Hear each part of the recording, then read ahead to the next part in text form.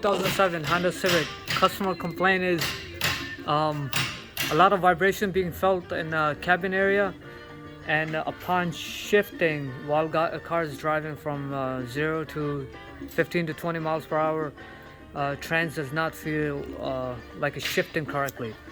So we lift it up in the air, and this is what we found.